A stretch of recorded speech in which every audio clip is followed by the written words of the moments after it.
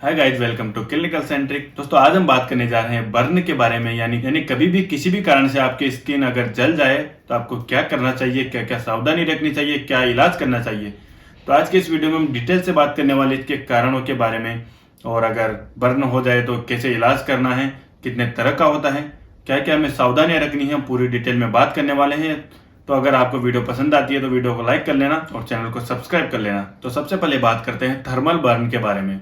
तो thermal burn से मतलब है किसी भी फ्लेम्स यानी आग की लपटों में आना, या किसी गर्म वस्तु को छूने से, या किसी भी गर्म वस्तु हमारे लग जाने की वजह से, या फिर स्टीम यानी भाप की वजह से भी बर्न हो सकता है। तो यह सब थर्मल बर्न में आते हैं। और नेक्स्ट कारण हो सकता है केमिकल बर्न। अब केमिकल बर्न से मतलब है किसी भी तरह का केमिकल, जैसे एसिड की वजह से या कोई रेडियो एक्टिव केमिकल है तो उसकी वजह से भी आपको बर्न हो सकता है। और नेक्स्ट कारण हो सकता है इलेक्ट्रिसिटी बर्न। अब इलेक्ट्रिकल बर्न का मतलब है कभी भी करंट की वजह से या इलेक्ट्रिकल चीजों को छूने की वजह से स्किन बर्न हो जाती है तो उसे इलेक्ट्रिकल बर्न कहते हैं। और नेक्स्ट कारण है इसका रेडिएशन बर्न, यानी किसी भी आयोनाइजिंग रेडिएशन की वजह से या किसी एक्सरे या सन की वजह से बर्न हो जाता है, यानी सूरज की ज्यादा गर्मी के कारण बर्न हो जाता है स्किन पर, तो इसे रेडिएशन बर्न कहा गया है। तो दोस्तों, ये तो हुए बर्न के कारण। अब बात करते हैं इसके टाइप्स के बारे में, यानी कितने तरह का बर्न हो सकता है। तो बर्न 3 प्रकार का होता है: फर्स्ट डिग्री, सेकंड डिग्री और थर्ड डिग्री बर्न। अब फर्स्ट डिग्री बर्न के बारे में बात करें तो इसमें सिर्फ सुपरफिशियल लेयर होती है, हमारी जो ऊपर की स्किन है, अगर वो जल जाती है और थोड़ा माइल्ड पेन होता है तो इसे फर्स्ट डिग्री बर्न कहा गया है। और अगर सेकंड डिग्री बर्न के बारे में बात करें तो इसमें सुपरफिशियल स्किन लेयर के साथ साथ सबक्यूटेनियस लेयर भी इन्वॉल्व हो जाए, और इसमें अगर ब्लिस्टर्स भी दिखाई दे यानी फफोले पड़ जाते हैं शरीर में और सीवियर पेन होता है तो इसे सेकंड डिग्री बर्न कहते हैं। और थर्ड डिग्री बर्न में मोर डीपर बर्न हो जाता है, यानी इसमें जो अंदर की मसल्स हैं वो भी इन्वॉल्व हो जाती है, अंदर तक बर्न हो जाता है। तो इसमें हमारी नर्व भी डैमेज हो जाती है, इसलिए पेन तो कम होता है लेकिन ज़्यादा गहरा घाव हो जाता है। तो इसमें डीपली बर्न होता है, इसलिए इसे फुल थिकनेस बर्न या थर्ड डिग्री बर्न भी कहा गया है। तो ये कुछ बर्न के प्रकार थे, यानी 3 तरह का बर्न होता है। और अब आगे हम बात करते हैं बर्न का ट्रीटमेंट के बारे में, यानी अगर आपके जलन हो जाए तो आपको क्या इलाज करना है। तो अगर बात करें सबसे पहले फर्स्ट डिग्री बर्न के बारे में, यानी सुपरफिशियल बर्न के बारे में, जिसमें हमारी स्किन रेडनेस हो जाती है, हल्का सा पेन दिखाई देता है। तो इसमें हमें इतना सा करना है कि सबसे पहले तो उस जो बर्न एरिया है उसको क्लीन करना है, साफ रखना है। इसके अलावा आप उस पर एलोवेरा जेल अप्लाई कर सकते हैं, या कोई बर्न के ऑइंटमेंट आते हैं, एंटीबायोटिक ऑइंटमेंट्स आते हैं, वो आप अप्लाई कर सकते हैं, जिससे ये ठीक हो जाएगा। और अब आगे बात करते हैं सेकेंड डिग्री बर्न या पार्शियल थिकनेस बर्न के बारे में। तो इसमें जो सुपरफिशियल लेयर के साथ साथ सबक्यूटेनियस लेयर भी इन्वॉल्व हुई थी, उसमें हमें यह करना है कि जो ब्लिस्टर्स बनते हैं यानी जो फफोले बनते हैं उसको फूटने से बचाना है।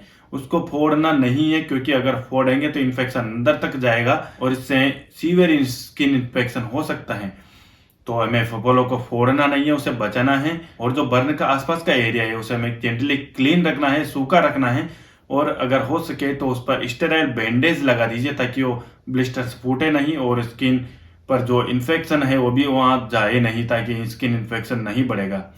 तो ये सेकेंड डिग्री बर्न का मैनेजमेंट हो गया। और अब बात करते हैं थर्ड डिग्री बर्न के बारे में, यानी फुल थिकनेस बर्न के बारे में, जिसमें कि सुपरफिशियल लेयर के साथ साथ सबक्यूटेनियस लेयर और साथ में मसल्स भी इन्वॉल्व हो गई, यानी अंदर तक बर्न हो चुकी है स्किन। तो हमें इमीडिएटली मेडिकल सर्विसेज से कांटेक्ट करना है, यानी जल्दी से जल्दी अस्पताल में दिखाना है।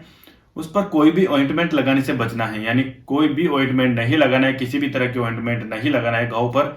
अगर पॉसिबल है तो आप स्टेराइल बैंडेज से उसे कवर कर दीजिए घाव पर, ताकि उसमें कुछ गंदगी नहीं जाए, इन्फेक्शन नहीं जाए, धूल धुआं मिट्टी कुछ नहीं जाए।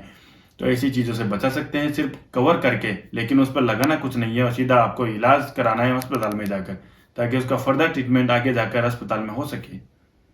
तो यह था इसका मैनेजमेंट, यानी फर्स्ट डिग्री, सेकंड डिग्री और थर्ड डिग्री, इसका मैनेजमेंट के बारे में हमने बात की, इसके ट्रीटमेंट के बारे में। और अब आगे बात करते हैं प्रिकॉशंस के बारे में, यानी क्या क्या सावधानी रखकर हम बर्न को बढ़ने से बचा सकते हैं या फिर बर्न से बचा सकते हैं। तो सबसे पहले तो जो भी इंसान बर्न हुआ है उसको बर्न के कॉन्टेक्ट से हटाना है, यानी कोई आग लगने की वजह से या थर्मल की वजह से अगर बर्न हुआ है तो पहले उसको बुझाना है और इंसान को उसका कांटेक्ट वहां से हटाना है, यानी इंसान को वहां से दूर ले जाना है कहीं जहां पर बर्न का इफेक्ट ना हो।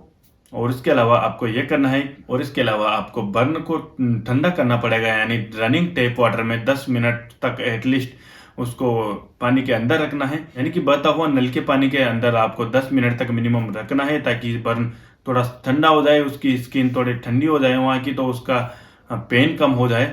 और आपको over the counter pain killers लेनी पड़ेगी, और आपको जो बर्न एरिया है उसको कवर कर देना है, ताकि उसका बढ़े नहीं आगे और इन्फेक्शन भी न लगे।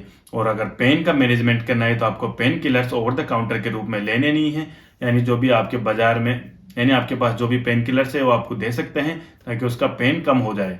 तो दोस्तों ये सिंपल सी जानकारी थी जो कि आप बर्न के केस में अप्लाई कर सकते हैं, यानी कि आपको पता होना चाहिए इसके क्या क्या कारण हो सकते हैं, बर्न के क्या क्या टाइप होते हैं, थर्मल, केमिकल, रेडिएशन वगैरह, और कितने टाइप का होता है, first degree, second degree, third degree, और इसका ट्रीटमेंट हमें क्या करना है, कौन से डिग्री बर्न में क्या चीज़ अप्लाई करनी है, तो ये हमें याद होना चाहिए। और प्रिकॉशंस को हमें हमेशा ध्यान रखना है, ताकि अगर कोई भी हमारे सामने ऐसा केस होता है तो हम उसका मैनेजमेंट कर सकें, क्योंकि जो इमीडिएटली मैनेजमेंट किया जाता है वही सबसे अच्छा होता है, क्योंकि अस्पताल में जाके तो आगे इलाज होगा ही सही, लेकिन शुरुआत में हम जो भी मैनेजमेंट करेंगे वो मरीज के लिए सबसे ज़्यादा फायदेमंद होता है। तो दोस्तों अगर ये जानकारी आपको काम की लगी है तो दोस्तों को वीडियो शेयर कर देना, और वीडियो को लाइक कर देना, चैनल को सब्सक्राइब कर देना। मिलते हैं नेक्स्ट वीडियो में एक नए टॉपिक के साथ, तब तक के लिए धन्यवाद दोस्तों।